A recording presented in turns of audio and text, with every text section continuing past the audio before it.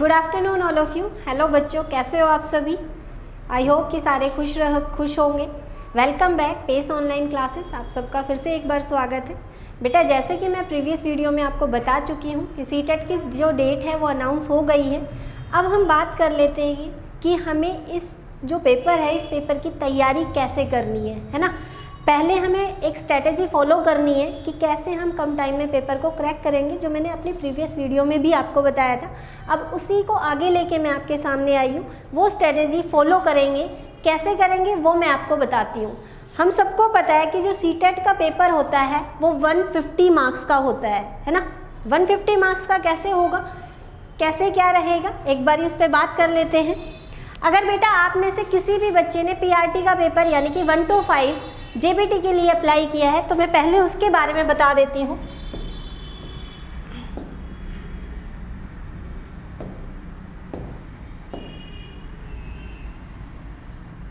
देखो, जेबीटी यानी कि पीआरटी, बात कर रहे हैं सीटेट की, क्योंकि अभी जो हमारा फर्स्ट फोकस है वो सीटेट के ऊपर है। ये जो पेपर रहेगा ये 1 to 5 के लिए रहेगा और इसके अंदर जो हमारे सब्जेक्ट्स आएंगे वो क्या आएगा, साइकोलॉजी, हिंदी, इंग्लिश, मैथ्स और ईवीएस। पेपर मैंने भी दिया है मेरे बच्चों, क्वालिफाई मैंने भी किया है। स्ट्रैटेजी एक ही रखनी है, साइको स्ट्रॉन्ग और प्लस में पेडागोजी। ठीक है, क्यों कह रही हूँ ये बात, क्योंकि सीटेट का बेस ही पेडागोजी है और पेडागोजी आती कहीं से नहीं है। साइको आपको सिखाएगी कि क्वेश्चन को कैसे अटेम्प्ट करना है। मैं ये नहीं कह रही कि मैथ मत पढ़ो, मैं ये नहीं कह रही कि ईवीएस मत पढ़ो। हमें मैथ भी इतना ही अच्छा रखना है, ईवीएस उससे ज़्यादा अच्छी रखनी है, क्योंकि हमारे जो मार्क्स है वो है कितने, 150। जो पासिंग मार्क्स है वो है मैक्सिमम 90। ओबीसी वालों को, एससी वालों को थोड़ी बहुत रिलैक्सेशन मिल जाती है, लेकिन मैं उन पे बात नहीं कर रही। मैं बात कर रही हूँ कि 90 लाने हैं। लेकिन बेटा अगर आप सोचो 50 में से 90 ही लेके आए तो क्या केवीएस डीएसएसबी में क्या सिलेक्शन के चांसेस है? बहुत कम होते हैं, क्योंकि पॉइंटों पे खड़ा बच्चा कभी भी आगे नहीं जाएगा। तो टारगेट रखो कि भाई मुझे इसमें से कितने लेने हैं, 100+। ये तो मेरा टारगेट है कि 100 से एक नंबर भी कम नहीं लेके आऊँगा। आपकी साइको भी 30 मार्क्स की आएगी, हिंदी भी 30, इंग्लिश, मैथ्स और ईवीएस। आपको यकीन नहीं होगा, कोई प्रीवियस पेपर उठा के देखना, बहुत ही सिंपल पेपर आता है। अगर मैं एस्टेट से कंपेयर करूँ तो मे बी एस्टेट में बहुत ही डेप्थ में पूछा जाता है। मैं मानती हूँ कि उसमें आपको थोड़ी सी मेहनत की ज़रूरत है, लेकिन थोड़ी सी, बहुत ज़्यादा नहीं। ठीक है, अगर यहाँ सब्जेक्ट की बात करूँ तो सब्जेक्ट पे कमांड होनी ज़रूरी है, लेकिन बेटा 1 to 5 में कोई सब्जेक्ट नहीं होता पर्टिकुलर। मैथ जो आता है उसमें 10 क्वेश्चन तो आपके कैलकुलेटिव होते हैं, सिंपल से एवरेज निकलवा रहा है, प्रॉफिट एंड लॉस निकलवा रहा है, परसेंटेज निकलवा रहा है, जिनमें ज़रूरत नहीं है आपको हाई प्रोफाइल मैथ पढ़ने की, ज़रूरत नहीं है आपको बहुत ही अच्छा स्ट्रॉन्ग कैलकुलेशन की। इसके अंदर इवन आपके सिंपल एडिशन के भी क्वेश्चन डाल देता है, मल्टीप्लिकेशन के भी क्वेश्चन डाल देता है। ईवीएस कुछ नहीं है, हमारे आसपास का सराउंडिंग एरिया ही ईवीएस है। जो भी बच्चा सीटेट ईवीएस का पेपर देगा यानी कि पीआरटी जेबीटी का पेपर देगा, मैं उससे बताना चाहूँगी कोविड-19 पे क्वेश्चन 100% बनेंगे ही बनेंगे इन ईवीएस। तो भी प्रिपेयर, थोड़ा सा पढ़ो। एनवायरनमेंट आपके आसपास ही है, इस टाइम पॉल्यूशन बहुत ही ज़्यादा है, तो सीधा सा फोकस पॉल्यूशन पे रहेगा ही रहेगा। तो ये स्ट्रेटेजी है, ये टारगेट है कि आपको इनको बातों को ध्यान में रख के चलना है। ठीक है, साइको पूरा का पूरा कवर कराया जाएगा। कैसे आपको, जैसे मान लो सिंपल सा एक क्वेश्चन मैं तुम्हें देती हूँ। एक बच्चा है जो वोज है, उस वोज को वोज ना पढ़ के SCW पढ़ रहा है, यानी कि लास्ट से पढ़ रहा है। चाहिए आप इंग्लिश में दो, हिंदी में दो, यानी कि एक क्वेश्चन आपके पास एक क्या रख दी जाती है, कंडीशन। बताओ आप उस बच्चे को कैसे ट्रीट करोगे और नीचे 4 ऑप्शन गिवन है। आपने कभी सीटेट का पेपर दिया भी होगा, मैं ये नहीं कह रही कि नहीं दिया है, आपने देखा होगा पेपर बहुत ही लेंदी होता है, यानी कि बहुत लंबे से क्वेश्चन होते हैं, वो पढ़ने में टाइम ले जाते हैं। तो मेरी आप सबसे एक रिक्वेस्ट है, रीडिंग स्किल्स को बहुत ही अच्छी इम्प्रूव करो। हिंदी में पढ़ो, इंग्लिश में पढ़ो बेटा, डजेंट मैटर करता है कि आपकी रीडिंग स्किल कितनी अच्छी है, कितनी जल्दी से आप रीड करके क्वेश्चंस के आंसर को क्लिक कर रहे हो। तो ये तो टारगेट है हमारा पीआरटी का, जिसके अंदर स्पेसिफिक कुछ नहीं है, जनरल आता है, सिंपल सोबर आता है। अगर मैं आगे बात कर लेती हूँ आपकी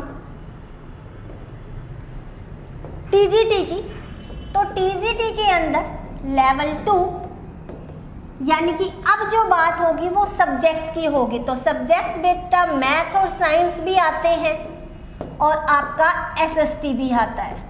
मैथ और साइंस में फिर से वही है, 30 मार्क्स के आएंगे, और जो आपकी एसएसटी है वो अकेली ही 60 मार्क्स की आएगी। बाकी के 3 सब्जेक्ट सेम होते हैं, साइकोलॉजी है, हिंदी है और आपका इंग्लिश है। ठीक है, लेवल ऊपर है 6 to 8 है। तो इसका सीधा सा मतलब है कि हल्की सी साइको भी अच्छी पढ़नी है, हिंदी भी अच्छी पढ़नी है और इंग्लिश भी अच्छी पढ़नी है। ज़्यादा से ज़्यादा इंग्लिश के अंदर पैसेज है, आपकी पोएम है, उन पे थोड़ा सा वर्क करो, न्यूज़पेपर से हल्का सा रीड करो। बहुत ज़्यादा नहीं कह रही हूँ मैं, लेकिन जो बच्चों की बुक्स होती हैं उनको रीड करना मस्ट है, तभी आप क्वेश्चन बहुत ईजीली क्लिक कर पाओगे। ठीक है, अगर मैं सब्जेक्ट की बात करूँ तो सब्जेक्ट के ऊपर मैथ्स भी बहुत ही अच्छा है। तो जो पीआरटी में मैंने बताया था कि हल्का फुल्का आता है, कैलकुलेटिव आता है, उससे एक स्टेप ऊपर बढ़ेंगे, यानी कि क्वेश्चंस पे वर्क करेंगे, जो कि आपको क्लास में बहुत अच्छे से कवर कराए जाएंगे। देन आपकी साइंस, जो कि पूरी आपकी फैक्ट और फिगर के साथ ही आपको डिलीवर की जाएगी। देन बेटा मैं बात कर लेती हूँ एसएसटी की। तो एसएसटी के अंदर 60 नंबर की एसएसटी आएगी, कुछ पोर्शन पेडागोजी और कुछ पोर्शन आपकी एसएसटी से आएगा। सबसे ज़्यादा मैक्सिमम 60 मार्क्स है, यानी कि सबसे ज़्यादा वर्क भी हमें उस पर करना चाहिए। अब वो वर्क कैसे करोगे ये आपको बताने आ रही है कौन, आपकी एसएसटी की मैम और जो है सीमा मैम। आइए, thank you so much ma'am. मैं आपको इंट्रोड्यूस करा देती हूँ सीमा मैम, जो हमें एस्टेट और सीटेट के अंदर एसएसटी पढ़ाने वाली है। आगे का जो भी प्लान है कि कैसे आपको नंबर कहाँ से मिलेंगे, क्या आपको पढ़ना है, मैम एक ब्रीफ एक जिस्ट देगी, ध्यान से सुनना, लास्ट तक देखना, क्योंकि आज ही आपको एक बहुत ही अच्छी पिक्चराइजेशन मिलने वाली है कि एसएसटी एक्चुअल में पेपर कहाँ से बना रहा है। ठीक है, चलो भाई, अब आगे मैम कंटिन्यू करने वाली है, मैम बताएगी आपको सारा का सारा। लीजिए मैम। Thank you ma'am. आगे देखते रहना, ठीक है, पूरा का पूरा मैम आपको अच्छे से समझाएगी। मैं आपको बता देती हूँ, मैम के खुद 60 में से 59 मार्क्स आए हुए हैं एसएसटी में। तो बी रिलैक्स, आराम से बैठो। जब टीचर के इतने अच्छे स्कोर है तो स्टूडेंट के तो नेचुरल कराने ही कराने हैं। ठीक है, चलो आगे मैम कंटिन्यू करें। हेलो एवरीवन, कैसे हैं आप? मैं उम्मीद करती हूँ कि आप सभी अच्छे एवं स्वस्थ होंगे। मैं सीमा नरवाल अपनी इस पेज फैमिली के साथ आप सभी का पुनः स्वागत करती हूँ। जैसा कि अभी पुनीता मैम ने बताया कि मेरे टीजीटी एसएसटी सब्जेक्ट सेक्शन में इतने मार्क्स आए हैं, तो बेटा उसके पीछे कोई ना कोई रीज़न है। तो मैं यहाँ आपको वही रीज़न बताना चाहती हूँ। रीज़न सिर्फ एक ही है कि कैसे पढ़ाई की होगी, वो क्या स्ट्रेटेजी है और कैसे मैंने सब्जेक्ट वाइज काम किया है, मैं आपको वही चीज़ें आज बताना चाहती हूँ। यानी मेरा कहने का मतलब है कि टीजीटी एसएसटी के लिए आपको किस तरीके से तैयार होना है और क्या क्या पढ़ना है और कहाँ से क्वेश्चन उठाता है और किस तरीके का क्वेश्चन उठाता है। सुनिए बेटा, जैसे कि आप टीजीटी एसएसटी का पेपर देने के लिए जाते हो, तो यदि आपने प्रिपरेशन भी की है और प्रिपरेशन करने से पहले आपने कोई टॉपिक पढ़ा है, तो उसको पढ़ने से पहले आपको सोचना चाहिए कि एग्जामिनर यहाँ से कैसे क्वेश्चन फाइंड आउट कर सकता है, कैसे निकाल सकता है क्वेश्चन। जब तक आप इस चीज़ को नहीं देखोगे डियर, जब तक आप क्वेश्चन को अटेम्प्ट करने के लिए तैयार पूरी तरीके से नहीं हो सकते हो। राइट, अब हम चर्चा कर लेते हैं टीजीटी एसएसटी पर कि टीजीटी एसएसटी में कैसे पढ़ा जाएगा।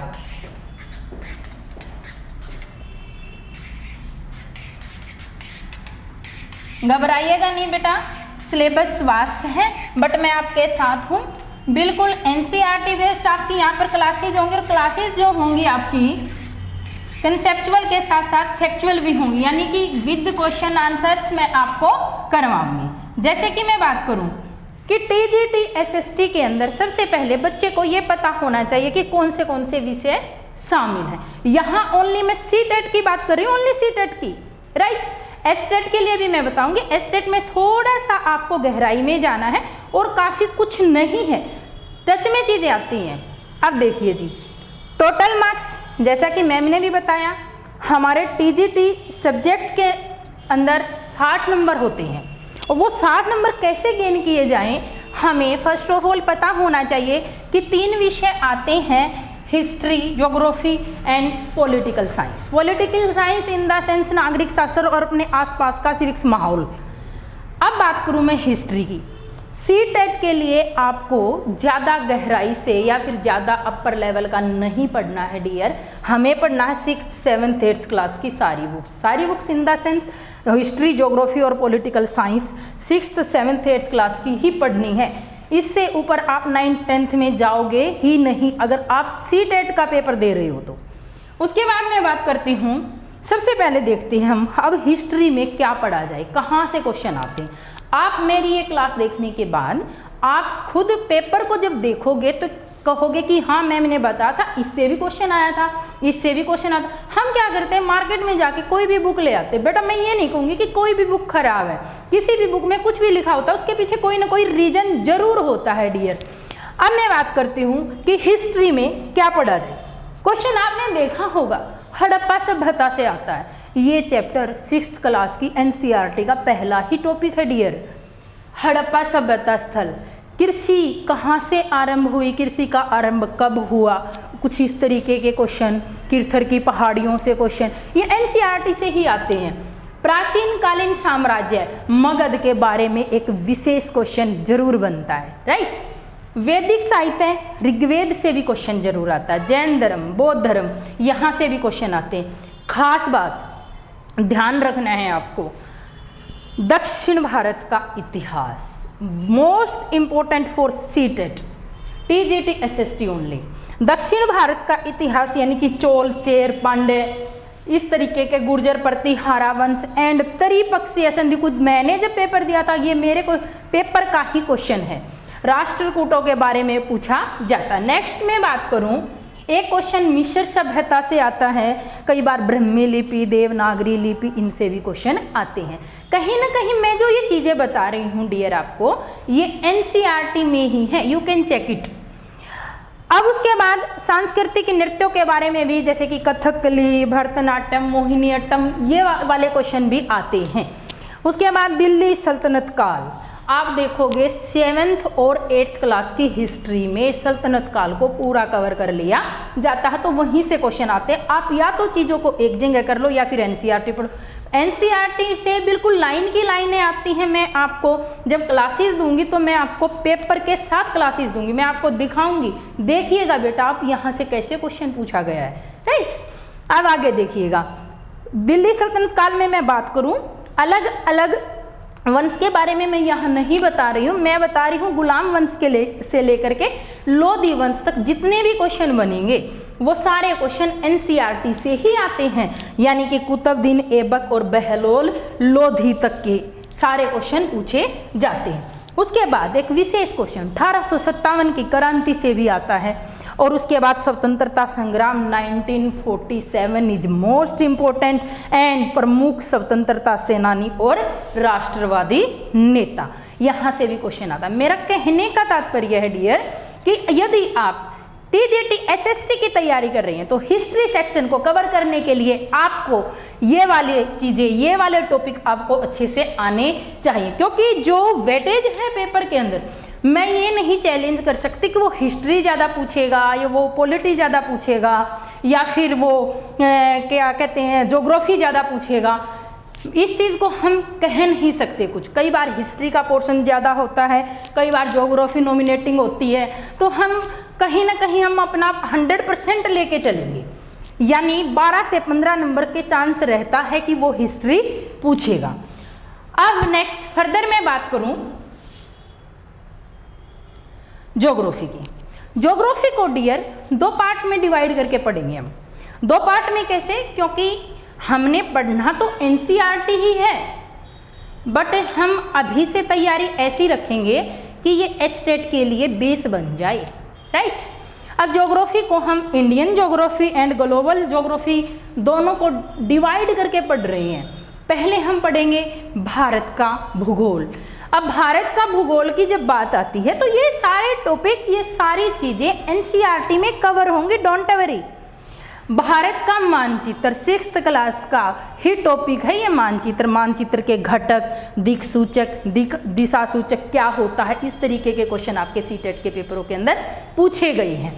उसके बाद मैं बात करूँ भारत का भौतिक स्वरूप, भारत की प्रमुख नदियाँ, उद्योग, राष्ट्रीय उद्यान and tribes of India, Bharat की जनजातियां जैसे कि करो, करी, अपाची, बिरसा मुंडा से रिलेटेड एक क्वेश्चन आता है, खोन, गोंड, इस तरीके के कई सारी जनजातियों के भी क्वेश्चन आते हैं। नेक्स्ट मैं बात करूं भारत की वनस्पतियां। कई बार क्वेश्चन आता है पर्णपाती वन भारत के किन हिस्सों में पाए जाते हैं, या भारत में किस प्रकार के वन पाए जाते हैं, वो इसी चैप्टर का क्वेश्चन होता है। साथ ही फसलें, राइट, खरीफ फसलें, रबी फसलें, नकदी फसलें, इस तरीके की जूट के बारे में कई बार क्वेश्चन आता है। सुनहरा रेशा किसे कहा जाता है। नेक्स्ट मैं बात करूं महाद्वीपीय नदी बेसिन से भी क्वेश्चन, महाद्वीपीय जनजीवन से भी क्वेश्चन आता है। जैसे कि आता है अमेजिन नदी बेसिन से रिलेटेड। अमेजिन नदी बेसिन में रहने वाले लोगों के जो शब्दावली है, जो ग्लोसरी, वो भी एक अलग ही होती है, उससे भी कई बार क्वेश्चन आया हुआ है। एंड गंगा ब्रह्मपुत्र नदी बेसिन से भी क्वेश्चन आया कि वहाँ के लोग कैसे जीवन निर्वाह करते हैं, किन चीज़ों का इस्तेमाल करते हैं कृषि के लिए, वो क्या उपाय करते हैं, कुछ इस तरीके के क्वेश्चन बनते हैं। नेक्स्ट मैं बात करूँ वैश्विक भूगोल। अभी अभी मैंने आपको बताया था कि ज्योग्राफी को 2 पार्ट में डिवाइड करना। डोंट वरी, यहाँ सिलेबस ज़्यादा नहीं दिख रहा है आपको, ये सारी चीज़ें एनसीईआरटी के अंदर ही हैं, हमें एनसीईआरटी से ही पेपर करना है। अब देखिए जी, वैश्विक भूगोल, सौरमंडल। सौरमंडल के अंदर हम पढ़ेंगे सूर्य, ग्रह, उपग्रह, उल्का पिंड, क्षुद्र ग्रह, उसके बाद पृथ्वी के सूर्य के साथ क्या संबंध है, यानी कि वो सिचुएशन जब पृथ्वी सूर्य के पास होती है, यानी वो डिस्टेंस कई बार पूछ लेता, जब नज़दीक होती है तो उस चीज़ को, उस स्थिति को उपसौर बोलते हैं, और दूर होती है तो उसे अपसौर बोलते हैं। इनकी तिथियां भी कई बार पेपर में, खुद मेरे एग्जाम में इनकी तिथि आई थी, अपसौर किस तिथि को होता है। अप का मतलब दूर, यानी दूर होते हैं, दोनों के बीच ज़्यादा दूरी होती है तो 4 जुलाई। अपसौर मतलब उप का मतलब नज़दीक। उपनिषद जो वर्ड होता है, जब मैं आपको हिंदी पढ़ाऊंगी तो कहीं ना कहीं ये चीज़ें भी आपकी क्लियर होंगी। उसके बाद मैं बताती हूँ पृथ्वी की आंतरिक संरचना। जो ये मैंने डायग्राम बनाया है, आपने अपने पिछले सीटेट पेपरों में देख लिया होगा कि इस तरीके का डायग्राम आता है। ये है पृथ्वी की 3 लेयर। इनसे पूछता कई बार, इनको असेंडिंग ऑर्डर में, कई बार डिसेंडिंग ऑर्डर में भी लगाना दे देता है। तो ऐसा डायग्राम आया हुआ था पेपर के अंदर। 3 परत होती हैं, क्रस्ट, मेंटल एंड कोर। सबसे बाहरी जो परत होती है उसके भी 2 हिस्से होते हैं, जिसे एक को सियाल और एक को सीमे बोलते हैं। उसके बाद पृथ्वी का लघु रूप, यानी कि मैं बात कर रही हूँ ग्लोब की। जब मैं आपको ग्लोब का टॉपिक पढ़ाऊंगी तो Tropic of Cancer, Tropic of Capricorn, North Pole, South Pole, और इनका सबका मान बताऊंगी, राइट। उसके बाद महाद्वीप और महासागरों से भी क्वेश्चन आता है। स्थल एवं जल संधि, वेरी इंपॉर्टेंट क्वेश्चंस आया हुआ क्वेश्चंस हैं ये दोनों, पाक जल संधि एवं पनामा स्थल संधि।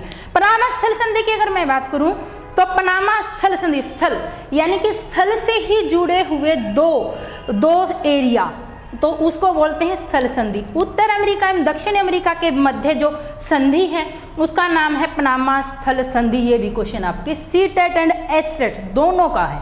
उसके बाद बात करूं मैं पाक जल संधि, भारत एवं श्रीलंका के मध्य जहां राम सेतु है, वहां की जो संधि पूछी गई थी पेपर के अंदर, उसका नाम था पाक जल संधि। फर्दर मैं बात करूं पॉलिटिकल साइंस की। Political science is very interesting और political science is so easy. अब देखिए जी, पॉलिटिकल साइंस, पॉलिटिकल साइंस को कैसे पढ़ा जाए। बेटा पॉलिटिकल साइंस जैसे ही आपके दिमाग में आता है तो संविधान कहीं ना कहीं घूमने लग जाता है।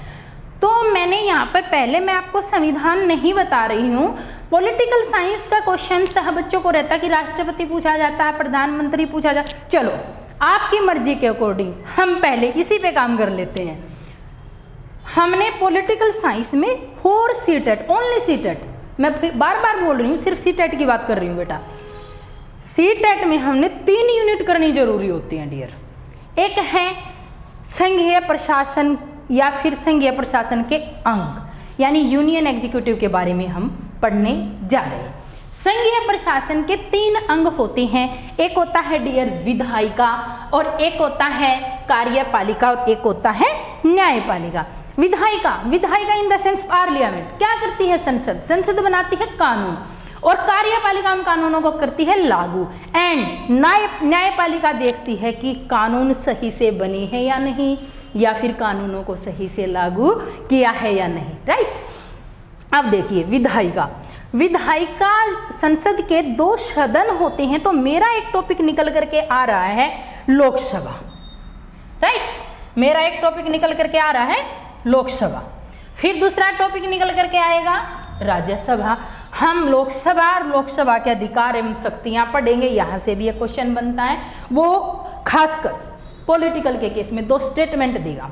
वो नीचे लिखेगा कथन ए सही बी गलत, बी सही ए गलत, ए बी दोनों गलत और ए बी दोनों सही। कुछ इस तरीके के क्वेश्चन पॉलिटिकल से आते हैं। राइट। उसके बाद मैं बात करती हूँ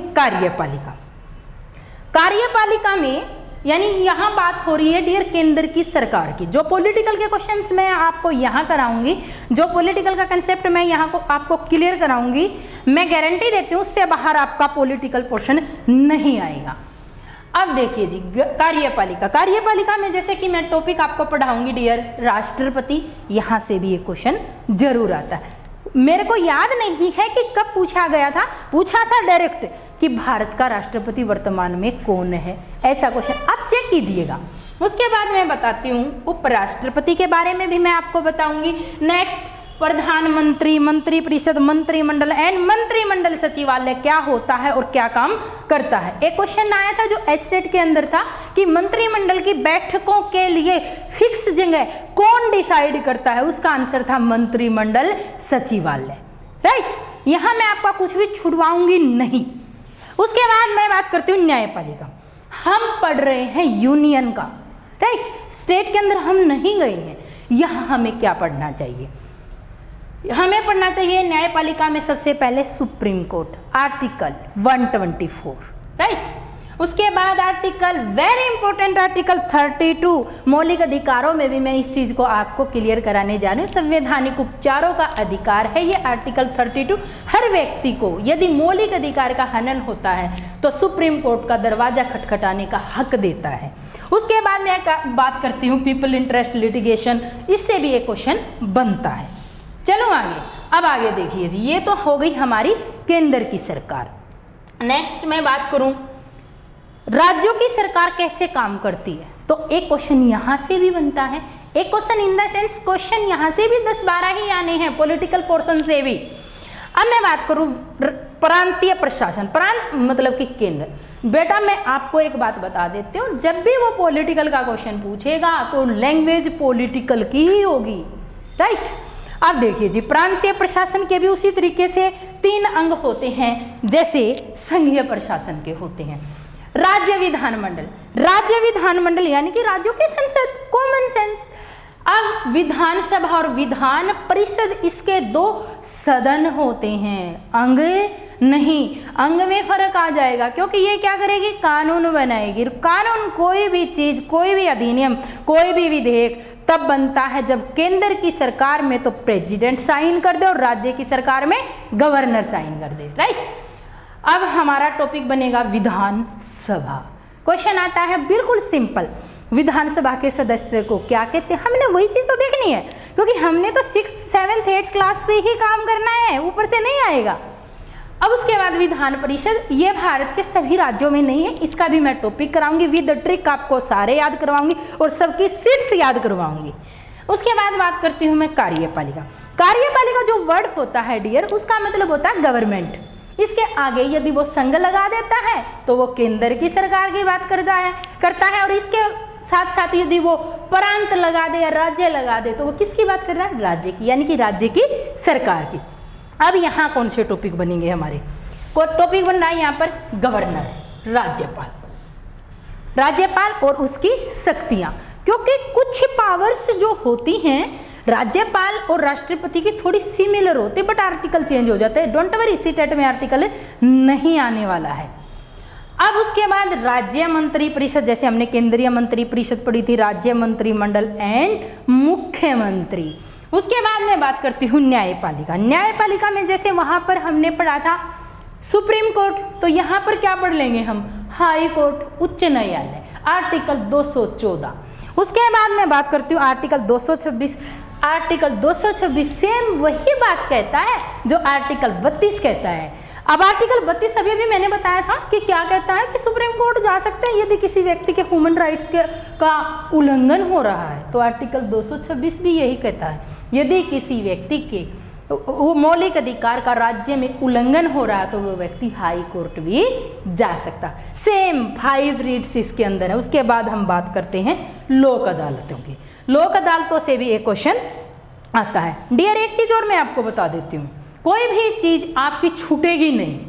पंचायती राज सिस्टम से भी क्वेश्चन आता है। ग्राम सभा क्या होती है, ग्राम पंचायत क्या होती है, पंचायत समिति, जिला परिषद, नगर पालिका, नगर निगम, कुछ इस तरीके के क्वेश्चन। तो वो भी चीज़ें कहीं ना कहीं हम एनसीईआरटी में कवर करेंगे। यदि आपको अच्छा स्कोर करना है, मैं आपको बता देती हूँ डियर, जिन बच्चों का बीएड लेवल का टीजीटी का जो पेपर होता है लेवल 2, उन बच्चों को सबसे ज़्यादा टाइम अपने टीचिंग सब्जेक्ट को देना चाहिए। टीचिंग सब्जेक्ट ही ऐसा है जो आपका स्कोर करा सकता है। चलो आगे। अब आगे देखिए, एक और चीज आती है जिसे हम सामाजिक शिक्षा शास्त्र कहते हैं। अब उससे पहले एक चीज और देखिए आप, संविधान एक परिचय।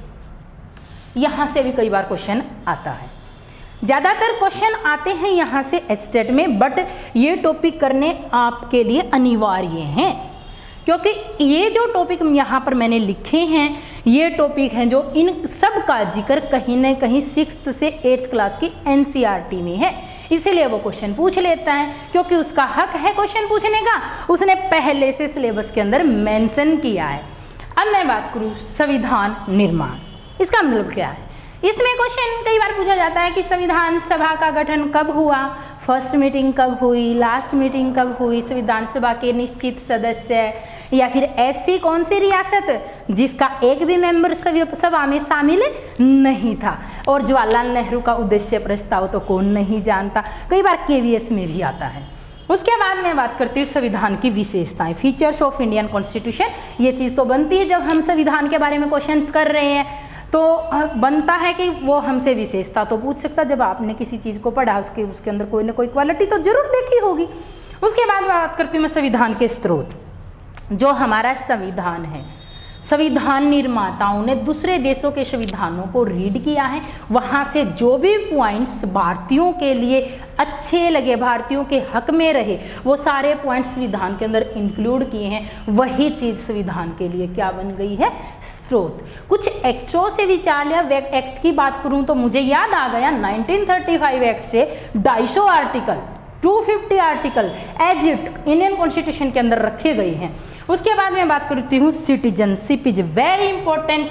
बात करूँ मैं ये संविधान के भाग 2 में आर्टिकल 5 से लेकर के 11 तक है, और इसका प्रावधान कहाँ से लिया गया है? ब्रिटेन के संविधान से।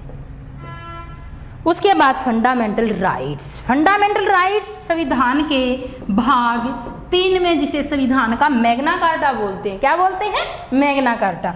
ये हमारे संविधान के आर्टिकल 12 से लेकर के आर्टिकल 35 तक करेंगे। उसके बाद एक नेक्स्ट टॉपिक आता है राज्य के नीति निर्देशक सिद्धांत। डोंट वरी, ये वाला टॉपिक सीटेट में कम पूछा जाता है। फिर भी रही बात बेटा, मैं आपका छुटवाऊंगी नहीं। जब मैं आपकी क्लासेज लूंगी तो इनके बारे में आपका कंसेप्ट 100% क्लियर होगा।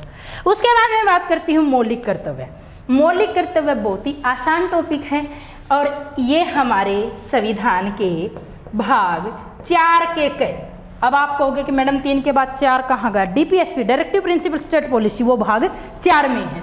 भाग 4 के क पार्ट में आर्टिकल 51 में इनके बारे में लिखा गया है। के बाद बात करती हूँ मैं संसद से संबंधित कुछ शब्दावली कई बार पेपर में देखने को मिलती, खुद मैंने देखी है, मैंने क्वेश्चन सोल्व करवाए हैं। वो पूछता है कि प्रश्न काल क्या होता है, शून्य काल क्या होता है, बैक वेंचर क्या होता है, कुछ इस तरीके के। ये मैं सारी चीजें क्लास में आपको करवाऊंगी। उसके बाद बात करती हूँ मैं महत्वपूर्ण संशोधन। संशोधन से मुझे याद आ गया, संशोधन क्या होता है? संशोधन होता है डियर बदलाव, लेकिन वो बदलाव नहीं लिखेगा। अभी अभी आपकी मैम ने बताया नहीं आपको कि संशोधन बदलाव जरूर होता है, बट पॉलिटिकल की लैंग्वेज में क्वेश्चन देगा, याद रखिएगा। अब महत्वपूर्ण संशोधन, महत्वपूर्ण संशोधन जो संविधान के हैं कि किस टाइम पे कौन से बदलाव हुए हैं, कई बार उनसे भी क्वेश्चन पूछ लेता। डरिएगा नहीं, बहुत सारे नहीं पूछेगा। आपके टॉपिक के अंदर जो अमेंडमेंट होंगे, फॉर एग्जांपल मौलिक अधिकार में कोई अमेंडमेंट है, अब अभी जैसे पीछे नागरिकता CAB आया था, उसको लेकर के अमेंडमेंट पूछ सकता है, या फिर मौलिक कर्तव्य से संबंधित अमेंडमेंट पूछे। कोई भी नया अमेंडमेंट आपसे नहीं पूछता है। CTET में बेटा शेड्यूल भी कम पूछा जाता है। Total number of schedules in our constitution at present 12, but at the time of adoption, या फिर मैं कह सकती हूँ जब संविधान को इम्प्लीमेंट किया उस समय इनकी संख्या 11 थी। वो CTET में नहीं आएंगे, बट मैं ये भी चैलेंज नहीं कर रही हूँ कि वो STET में नहीं आएंगे। कंसेप्ट आपका बिल्कुल क्लियर करवाऊंगी, डोंट वरी, ये मेरे पे छोड़ दीजिएगा, आप प्लीज आइएगा जरूर। अब उसके बाद मैं बात करती हूँ एक मोस्ट इम्पोर्टेंट पोर्शन है जिससे बच्चे बहुत डरते हैं। डरने की ज़रूरत आपको नहीं, इसकी तैयारी तो उसी समय स्टार्ट हो जाती है जब आप साइको की क्लास लेते हो। अब साइको की क्लास रही, बहुत इंटरेस्टिंग क्लास होती है साइको की। तो अब सामाजिक शिक्षा शास्त्र, इसमें क्या पढ़ा है? इसमें सिर्फ आपको एक ही चीज़ पढ़नी है, सामाजिक विज्ञान का शिक्षा शास्त्र से क्या संबंध है। अब पेडालॉजी की अगर मैं बात करूं, क्या होती है? वो होती है पढ़ाने की कला। आप एक भावी अध्यापक हैं, आप एक भावी अध्यापक हैं डियर। कल को आप अध्यापक बनने जा रहे हैं, आपकी क्लास में कोई बच्चा आपकी सुनता नहीं है, अनुशासन नहीं बनाता है, चीज़ों को नहीं समझता है, तो आप उस रेस्पॉन्सिबिलिटी को कैसे उठाओगे? इसी को तो बोलते हैं शिक्षा शास्त्र। तो इसमें आपको घबराने की ज़रूरत नहीं है। ये तो आपकी जिसकी साइको अच्छी उसकी पैड़ा, और वरना तो फिर मैं हूँ आपके साथ। अपने आप में सारी चीज़ें विद क्वेश्चन आंसर, मेरे खुद के अपने नोट्स हैं, मैं आपको उन्हीं से काम करवाऊंगी। रही बात, हम आपको बहुत सारा अच्छे से प्रोवाइड कराएंगे सब कुछ। आप आइएगा, विजिट जरूर कीजिएगा। और ये था आपका सिलेबस डियर TGT SST का। रही बात बेटा, कुछ मान लीजिए कहीं कोई क्वेश्चन छूटता है तो प्लीज़ आप मुझे दिखाइएगा वो क्वेश्चन कैसे सोल्व नहीं होता है। जब वो कहते हैं ना कि जब तक हम किसी भी चीज़ के अगेंस्ट नहीं जाते तो उसका बिहेव नहीं पता चलता। हमें उस क्वेश्चन के अगेंस्ट जाना है और अब हम देखते हैं वो कैसे सोल्व नहीं होगा, राइट। तो थैंक यू सो मच। ये था आपका सिलेबस और प्लीज़ इसको ध्यान से देखिएगा, पढ़ते रहिए, खुश रहिए। All the very best.